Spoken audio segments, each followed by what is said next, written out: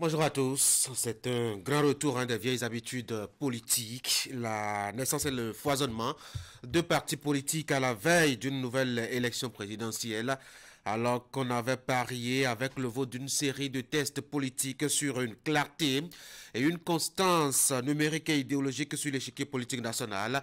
Les acteurs semblent trouver de nouvelles forces pour faire renaître les vieux comportements des mouvements et partis politiques qui naissent de plus en plus.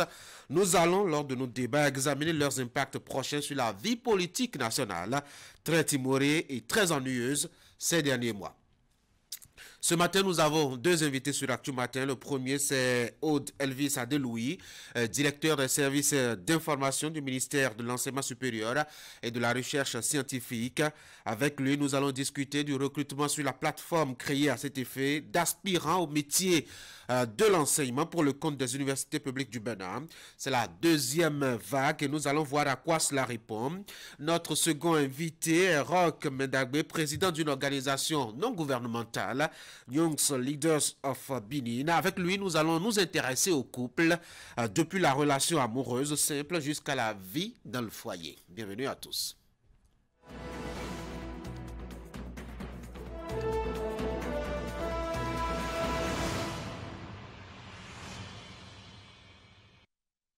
Et comme vous le savez, pour commencer cette matinale, on ouvre toujours avec la une des journaux et Fraternité qui se présente sous nos yeux. Ce matin, inondation et catastrophe naturelle, les séquelles mentales, la facture la plus sous-estimée. Supposée coupure imminente de l'électricité venant du Nigeria, le Bénin dément et clarifie agrumiculture et industrialisation. Au Bénin, Orana Farms naît sur les centres de Sonafel. Plus de 200 000 emplois garantis, environ 100 000 hectares pour les plantations. TICAD 9, le Bénin s'active pour une fructueuse participation en 2025 et puis Code des personnes et de la famille.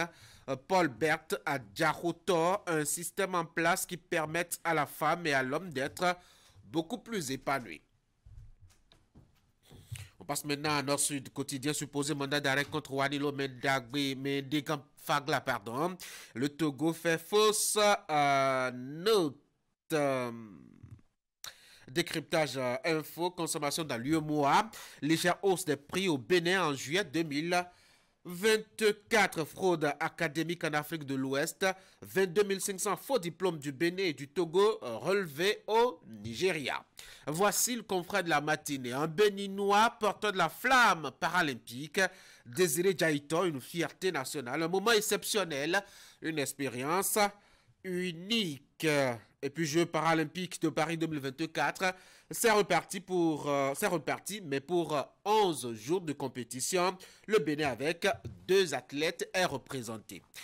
Dossier Steve Amoussou, le Togo dans la diversion. Mandat d'arrêt contre Alino Mendegan Fagla, un canular selon le journal. Coupure d'électricité par le Nigeria pour non-paiement de dette, une pure intoxication. Et puis Dabarou qui nous propose ce matin accident vasculaire cérébral à la découverte d'un tueur brutal. Supposé coupure d'électricité par le Nigeria pour des factures à non payer. Le Bénin n'est pas un débiteur insolvable selon la SBPE. Matin libre. Révélation de la justice togolaise.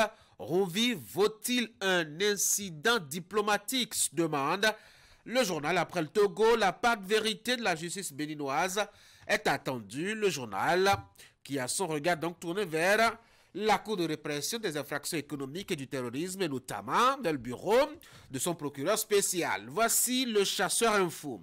Dénonciation de certificats obtenus dans des universités privées non accréditées au Bénin. Le Nigeria rejoint le Bénin dans la lutte contre les faux diplômes. Éveil info, année scolaire 2024-2025, une rentrée sous le sceau de la morosité ambiante. Et puis, à Bomé-Calavi, un ghetto de 26 individus a été démantelé. Le journal L'Informateur, choix des filières universitaires au Bénin. La plateforme s'ouvre ce jour, informe donc le journal à l'adresse des nouveaux bacheliers. Et nous sommes de retour à la une de Fraternité pour la deuxième lecture. Inondations et catastrophes naturelles, les séquelles mentales. Eh ben, c'est la facture la plus sous-estimée de l'affaire, a constaté Fraternité. Supposée coupure imminente de l'électricité venant du Nigeria, le Bénin dément et clarifie agrumiculture et industrialisation du Bénin. Orana Farms naît sur les cendres de Sonafel.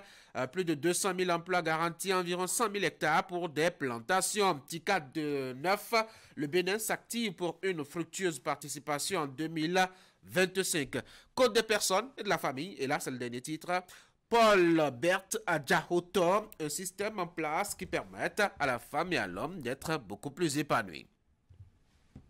Voilà donc ce qu'on peut retenir de ce très peu de journaux parvenus donc ce matin à l'accueil de Fraternité de Canal 3 Bénin donc pour le compte de ce numéro de votre matinale. On peut feuilleter ensemble j'allais l'intérieur de Fraternité puisque j'en parle. Cette manchette qui est assez intéressante. Le journal a remarqué que quand on évoque la question donc des catastrophes naturelles et précisément des inondations, il y a un volet qui est souvent ignoré ou oublié, la santé mentale. Comment est-ce que ceux qui sont sinistrés se portent à l'intérieur même de leur mental? Le journal a constaté que c'est sous-estimé. On prend plutôt en compte l'aspect matériel, alors même qu'il y a un élément fondamental qu'il faut, ma foi, retenir. Achetez donc le journal, allez à la page 3, vous avez des détails assez intéressants, je dois dire, au sujet donc de cet article de Fraternité. Et puis l'information concernant justement une supposée coupure imminente de l'électricité venant du Nigeria pour cause de nos paiements de factures de la part du Bénin. Les structures compétentes ont démenti l'information et ont clarifié d'une manière ou d'une autre. En tout cas, vous retrouvez l'intégralité de leur communiqué dans la colonne du journal, dans sa production de ce mardi matin. Et puis cette triste note, il y a eu un accident de circulation à Porto Novo, c'est Fraternité qui nous informe. Une jeune mère et son bébé ont été percutés par un camion.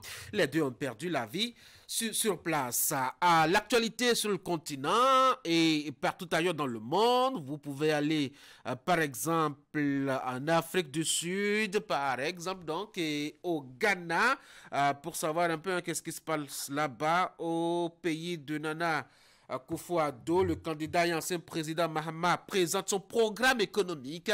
Là-bas, la politique bat son plein. Contrairement justement à la scène politique nationale au Bénin, assez timorée et ennuyeuse. On va en parler tout à l'heure lors de nos débats.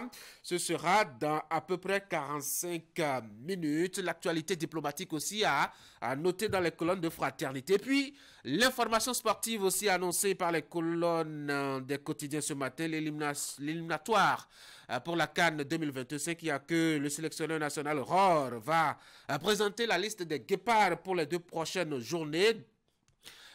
Demain, en tout cas, Ali Moumouni passera par ici pour nous donner davantage de détails. Ce sera lors donc du journal des informations sportives. En attendant, on n'y est pas là. On va faire cette escale-là donc avec Florence Boussa pour un peu feuilleter l'actualité générale. Capté par les caméras et micros donc, de la rédaction de Canal 3 Bénin, c'est le bulletin de l'information. Florence Bossa, bonjour. Bonjour Tanguy, bonjour chers amis téléspectateurs. Allez, votre édition sera tout à l'heure, mais déjà on peut découvrir la charpente. Il y a déjà qu'on aura les images de l'atelier national de mise en place de la plateforme de l'écosystème transfrontalier du complexe naturel W du Bénin. Les travaux qui se déroulent à Cotonou visent à instaurer un système de gestion participative des ressources naturelles en se basant sur des données actuelles. Je vous fais le point dans un instant. Et puis, le balai d'ouverture des marchés modernes construits par le gouvernement se poursuit. Et là, nous sommes à Zové. À Zové, c'est dans le département du Koufo, où le top du volet régional a été donné. C'était ce week-end, en présence des autorités de la région. On va les découvrir dans les détails tout à l'heure. Voici le bulletin de l'information.